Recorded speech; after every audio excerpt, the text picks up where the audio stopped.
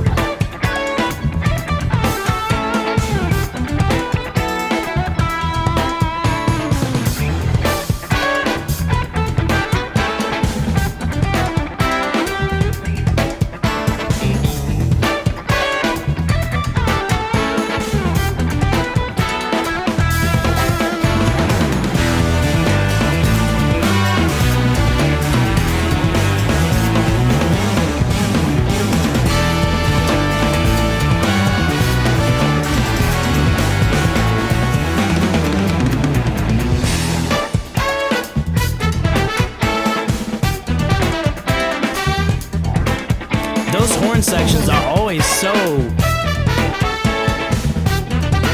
fire. Woo, bass!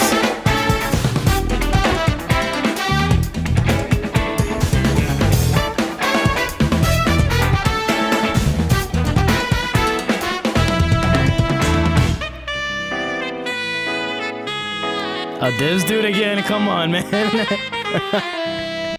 Hold on, bro. I gotta prepare. Because the last video, this dude made me feel some things that I have never, some emotions I had never felt before. So let me get myself together here. Because if it's the same as last time, I think it was him. I might be mistaken. I apologize. I have really bad memories. But I remember it was a saxophone. And I believe it was him, but maybe it was this other dude in the plaid shirt. Can't really remember. Anyways. Ooh.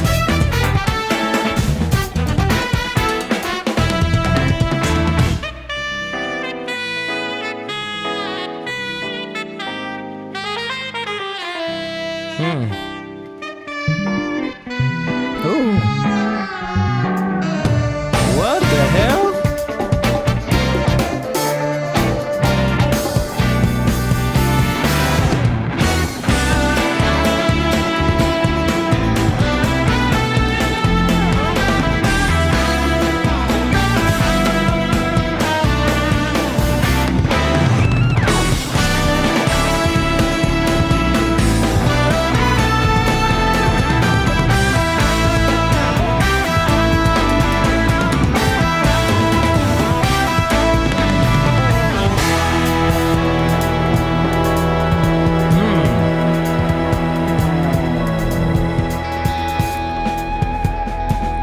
Keyboard solo?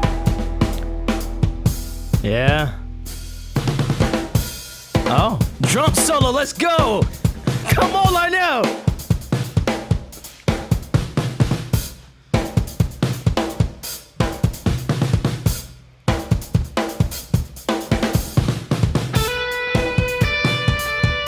Guitar, let's go! Haven't heard a guitar solo yet.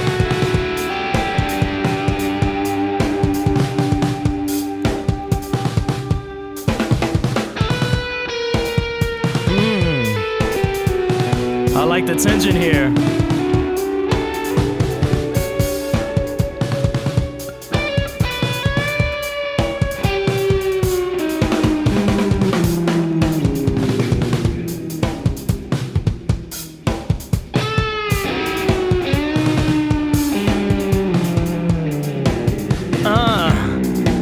That's nasty.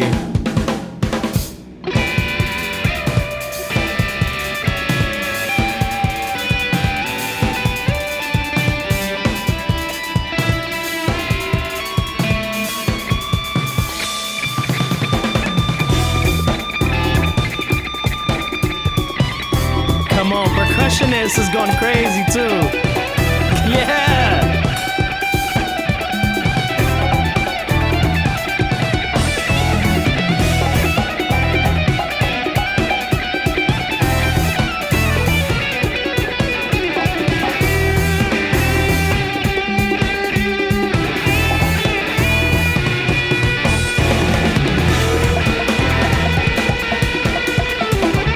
There they go.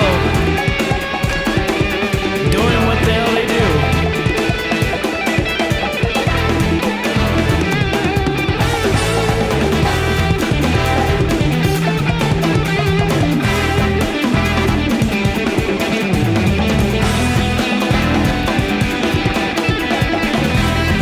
Yeah, he's going crazy.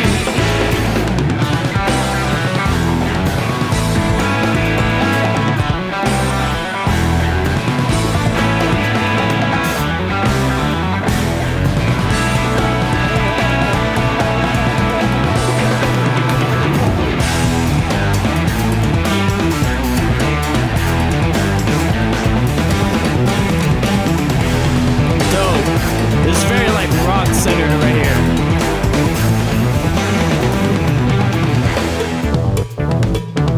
Oh, come on.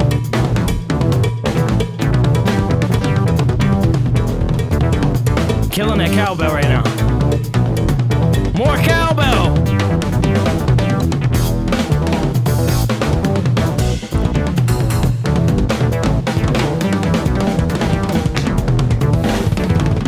I'm sick of this dude. I'm sick of him.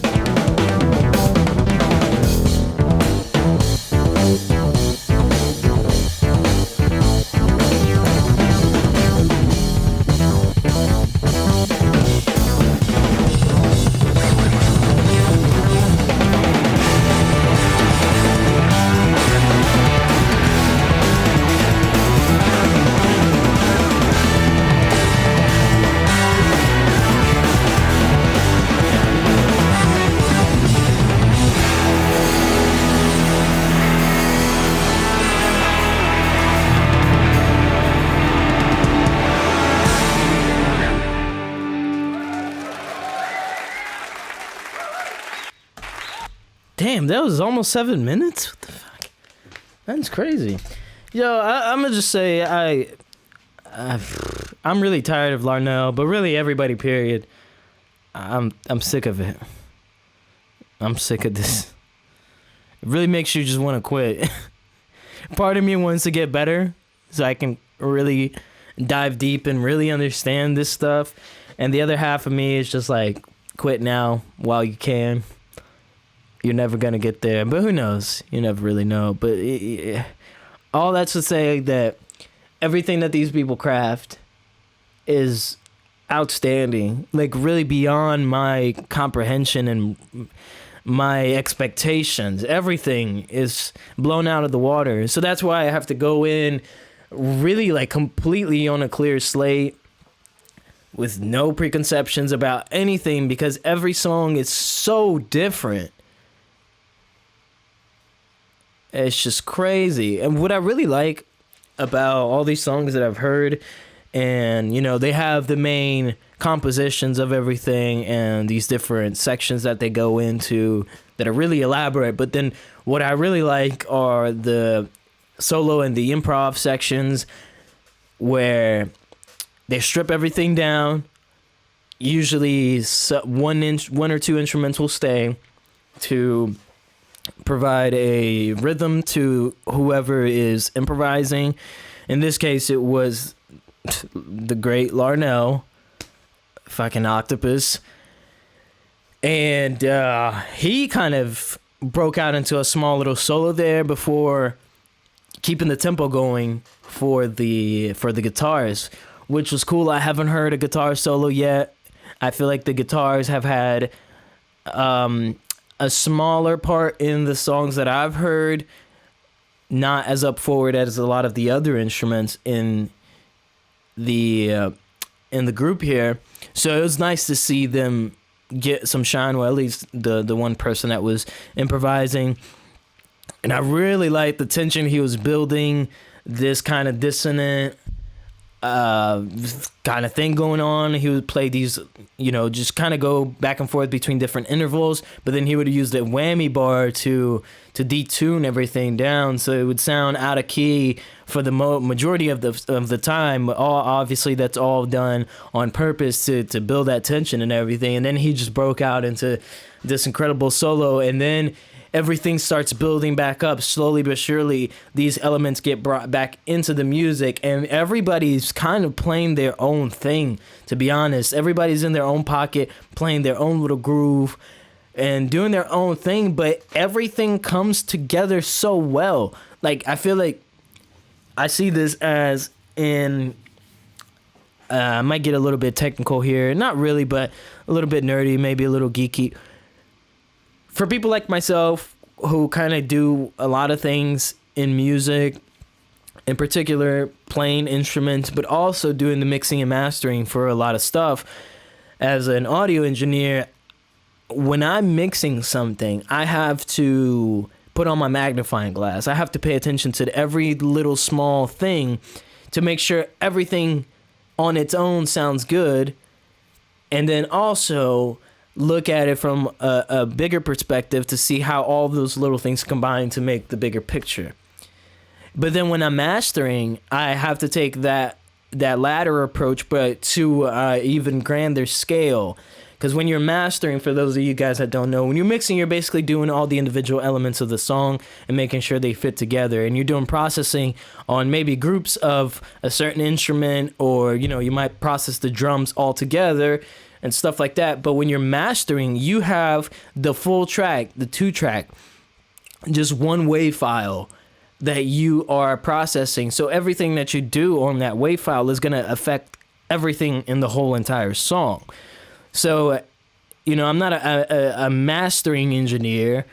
I feel like I can't call myself that, really. But I know mastering engineers, they have to take a complete step back and look at the bigger picture and really listen to the music as a whole, listen to the presentation as a whole, and the frequency spectrum and what they can do to enhance the song. In the mastering stage, everything is really small increments of whatever processing that they're doing, because everything should already be done in the mixing phase. The song should already sound like a song in the mixing phase. All the levels should be balanced. All the instruments should sound good. But then the mastering kind of provides the glue and brings everything together. So I say all that to say that I can listen to Snarky Puppy in both of these ways and get a great experience out of both. I can really sit here, listen to the song over and over, and pay attention to each specific little small element, all the different instruments that are happening, the musicians, and really pay attention to like what the guitar is doing, and then maybe pay attention to what the keyboards are doing, pay attention to the percussionists, and you're gonna always hear new things, but also I can listen to them, and I usually do this on the first time around. I try not to focus on one specific thing because there is so much happening, so much going on that I feel like it's too distracting on first listen to kind of want to pay attention to everything that's going on. So to save myself the hassle and to not take myself out of the the headspace to really enjoy the song and not trying to take a too technical, too analytical approach to, at that point, then maybe I won't enjoy the song anymore. So what I try to do on the first listen is listen with the mastering mindset, where I'm listening to everything happening at once. And I might, take a little tangent and start paying attention to what the drums are doing here and there. And then maybe I'll wander off into a different instrument. But for the most part, the majority of the song on the first listen, I am paying attention to the big picture, all that's going on. And it's just really incredible how they craft this stuff. Damn, I really want to see these guys in concert, especially something like this where it's intimate. Everybody's sitting there with headphones on, really close to the musicians. That I've never seen anyone else do that. And I can only imagine being able to attend something like this and feel the energy in the room and all these musicians bouncing off each other. It's really mind-blowing stuff.